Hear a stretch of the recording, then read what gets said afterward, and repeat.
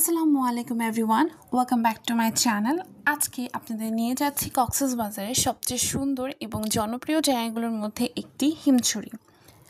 কক্সবাজার শহর থেকে 12 কিলোমিটার দূরে অবস্থিত হিমছড়ি ন্যাশনাল পার্ক, যেখানে পাহাড়, ঝর্ণা আর সমুদ্র তিনটি একসাথে দেখা যায়।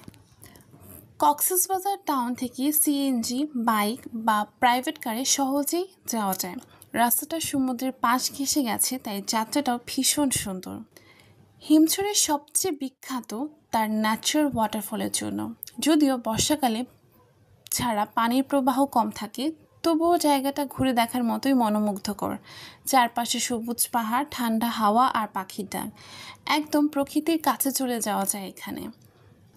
আরেকটা দারুণ জায়গা হচ্ছে হিমছড়ি ভিউ পয়েন্ট। উঁচুতে উঠে পুরো সমুদ্র চোখের সামনে। সূর্যাস্তের সময় এই জায়গাটা একদম জাদুর মতো লাগে। আকাশের কমলা, লাল আর সোনালি রং মিশে সমুদ্রে প্রতিফলিত হয়। ফটোগ্রাফি, ড্রোন শ্যুট, ন্যাচারাল লাভার আর যারা একটু শান্ত প্রকৃতির জায়গায় সময় কাটাতে চান, তাদের জন্য এই জায়গাটা একদম পারফেক্ট। এন্ট্রি খুবই কম, মাত্র 40 টাকা জনপ্রতি। পাহাড়ে ওঠার জন্য আলাদা কোনো পারমিট লাগে। বর্ষার সময় গেলে ওয়াটারফল সবচেয়ে সুন্দর থাকে।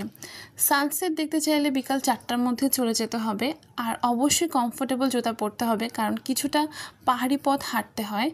সব মিলিয়ে হিমছড়ি এমন একটা জায়গা যেখানে একসাথে পাহাড়ের নিস্তব্ধতা আর সমুদ্রের গর্জন অনুভব করা যায়। এখানে দাঁড়িয়ে মনে হয় প্রকৃতি যেন নিজেই এক কবিতা লিখছে। যদি কক্সবাজারে যান, হিমছড়ি না ঘুরে ফিরে আসবেন না। ভিডিওটি ভালো লাগলে লাইক, কমেন্ট অ্যান্ড সাবস্ক্রাইব করুন। দেখা হবে নেক্সট ভিডিওতে।